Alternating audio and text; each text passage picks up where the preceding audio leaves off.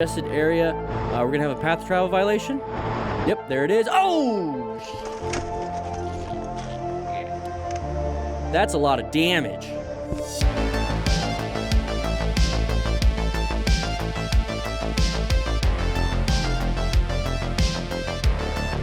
Dr. Mustata. Dr. Mustata. There's that side of the vehicle. Go ahead and navigate around that. Oh, one sec, we're gonna power through this.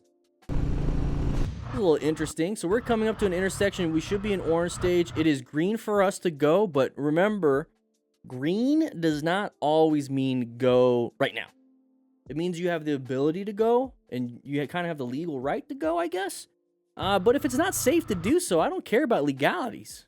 I really don't care about legalities.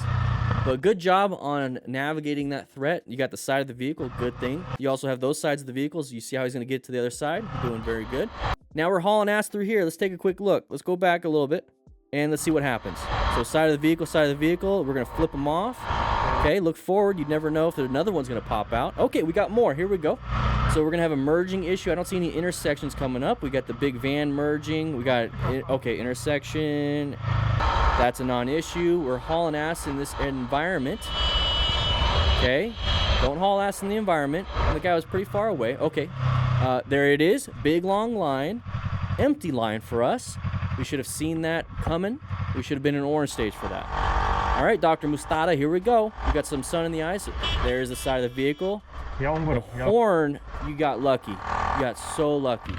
And we got multiple bikes because we're probably crashing them all. Moving through here, lane filtering. Nice big bike. Hi, little guy. But we're cool with kids. You know what? That's all that matters. We might be terrible at riding, but we're amazing with kids. All right. Oh, there it is. There's another one. All right. Moving on with this.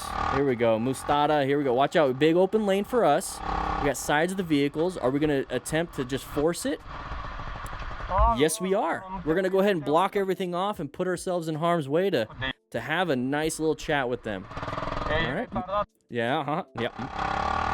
Here we go. Another bike. Oh, pedestrian's on his phone. We're just hauling ass through the intersection, not really caring. And do we have a passenger?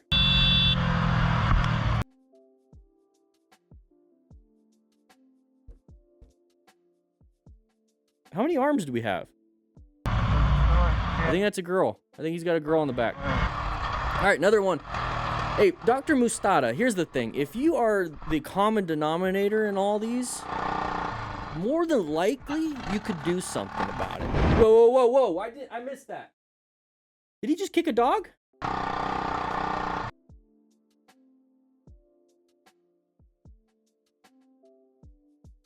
Are you kidding me?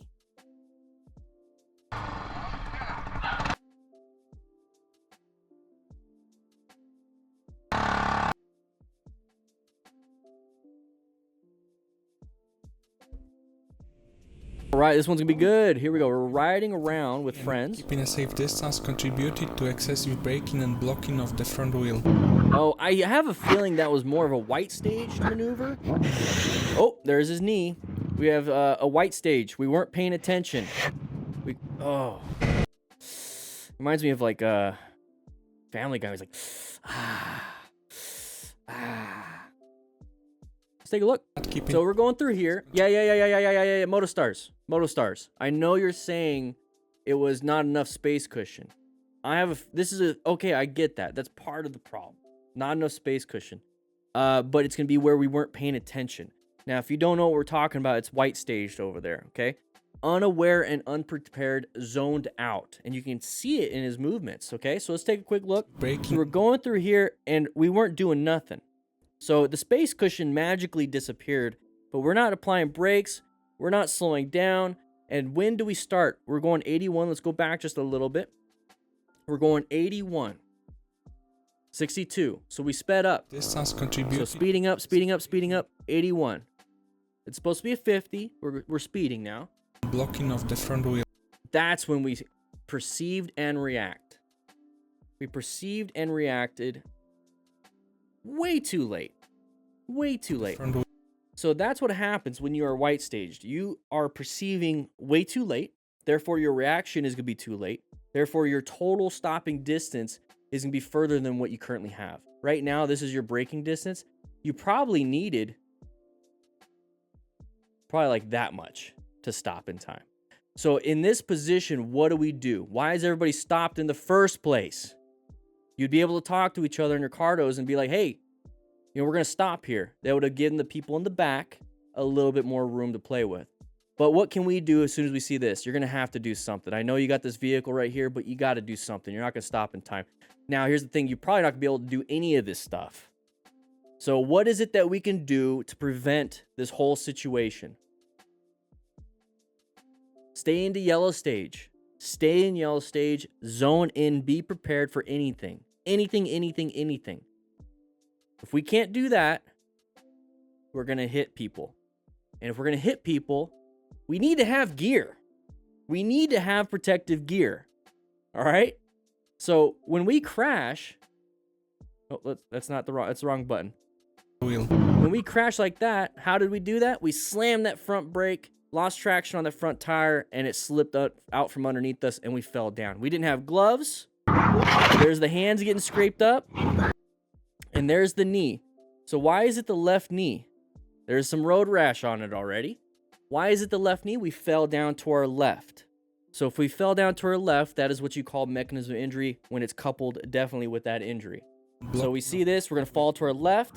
So I'm assuming left side injury. And so when we see him walk around like this, you see the left side, he's guarding it already. He recognizes the pain.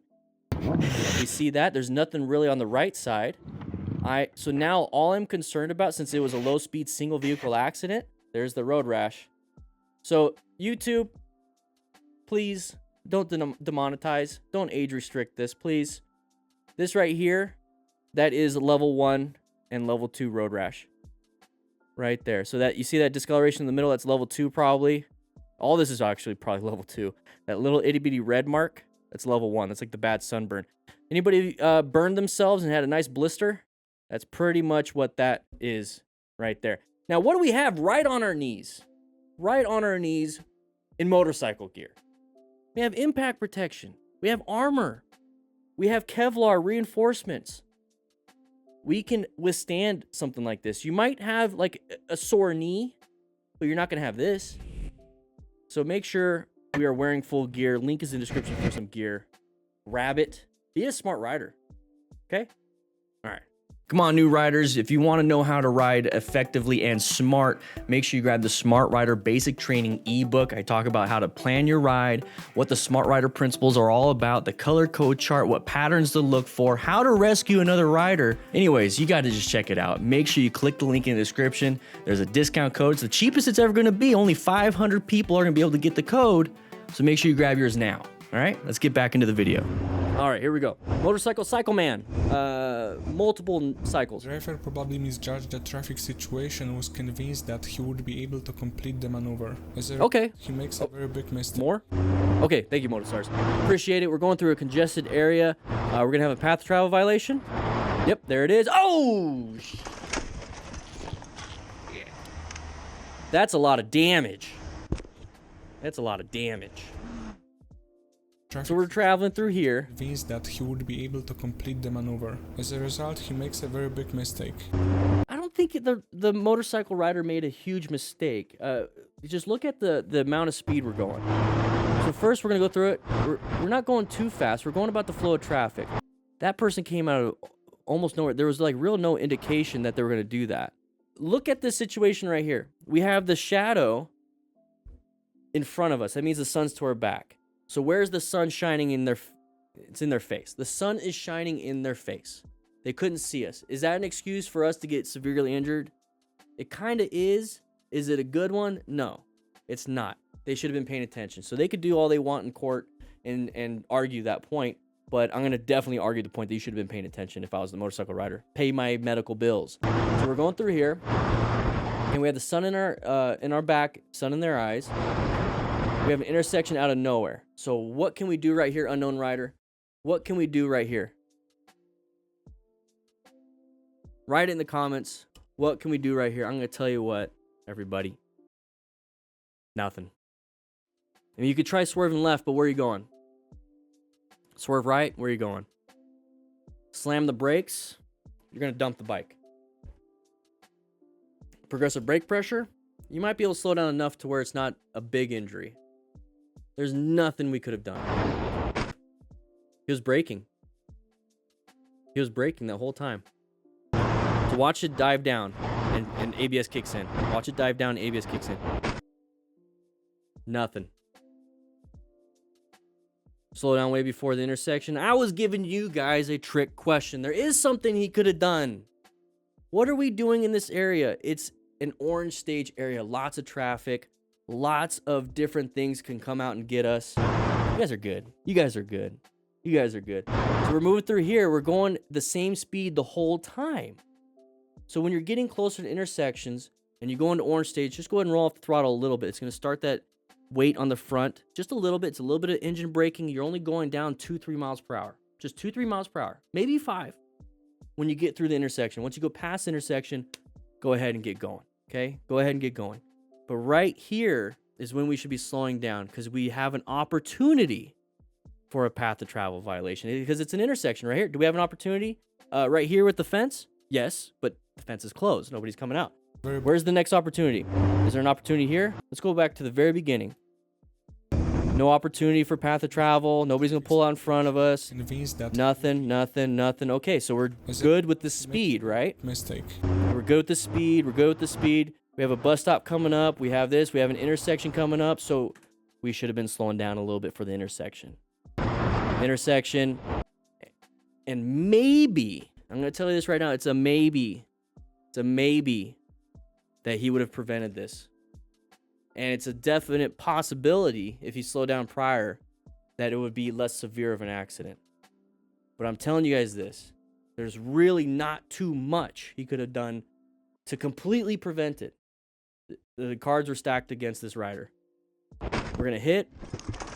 But you see how much of a speed it was? We just kind of went over. So that's an immediate deceleration of the body. Your organs all over the place. Look at the damage. Look at the damage. Make sure you guys subscribe, by the way.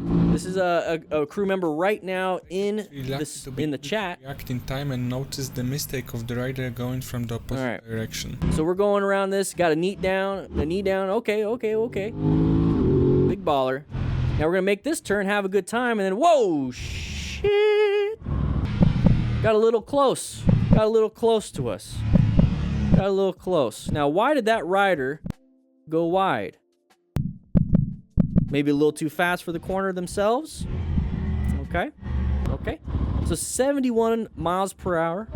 Kevin, I'm glad you're okay. So about the context, the dash is in kilometers per hour, not miles per hour. I'm a little bit over speed limit in the straight line, basically 65 instead of 50. But in the turns, I'm way below the speed limit, 43 miles per hour. I was riding with my friend in mostly dynamic mode, but still cautious of tourists because in the area there's at least 1 death per week because of the frontal crash with car. And I'm trying to do both things, line positioning, late apex turn, and body inside to get more stability, but less visibility because the mountain roads can be dirty. In this situation, the only thing that saved me besides God was line positioning. Hey, 71 kilometers per hour, not miles per hour. Okay, well, all right. So we'll thank you, Kevin. Kevin Banks is in the chat right now. He's in the class. Make sure everyone is signed in. Click that like button, subscribe, and let's go ahead. Okay, good job. Thank you for being a part of the after action review. That is a huge aspect of the after action review process. Right now, it's just kind of me talking, but when we have the person actually involved in the incident, it helps out a lot to have that context. So thank you, Kevin Banks. Thank you for being a crew member. Thank you for being smart. Thank you for learning from mistakes and teaching us. All right, so let's go through this. So what was happening here able to react in time is that he's just riding. So he's just riding around. He's going to get his knee down right here. All right, we're having a little bit of fun. Now we're going to go through this area. So there's 70, and we're going to have this right here. Now this was a panic. So you see how smooth everything is, like the camera, and then it jostles a little bit? That's the moment we start moving, you know, frame rate blur and everything. All right, so we don't know exactly why this rider went wide. We can go ahead and give a guess. It's pretty much going to be speed. Speed's going to be a factor. Maybe trying to keep up with our buddy. That could be a factor. That's an unknown factor. blind turn, downhill, inexperience, low PSI, improper line positioning, improper whatever. We can have a list of factors all over the place. But the thing is, the person's in our lane. So what is it that we can do? You see how I named all the factors for this person? So think about that for your own turns. But we're thinking about this person's. Look at the... Nice. Nice. We can't do anything about this. We can do something about this. And Kevin did a good job. We're in the middle of a turn. And what he was able to do is perceive, react, and then maintain his line. He's able to get in. So he's in the turn, sees something, get away from it, and then he's able to maintain and still be on the road itself. That's very important because if you're turning and you stand up, you're going to go straight off the road. So he did a great job. So right there, thankfully we had that spot, right? Could have been just grass. We could have just went into the grass or off the cliff into the trees. That's a no buenos. So we're going to get into here. Thankfully we had enough room to slow down and stop. Did a great job. He almost got him. Almost got him. Hey, Kevin, are you using the CARDO Pack Talk bolts? Kevin, are you using the CARDOs? Okay, make sure you do. Link is in the description for a discount. If you like today's video, make sure you click this video right here to keep watching more. But if you want to become a smart rider, click this and grab this Smart Rider Basic Training ebook. It's going to help you become a smart rider by planning your ride, rescuing other riders, knowing what patterns to look for, and so much more. Make sure you grab it. Link will be in the description also. I'll be seeing you around.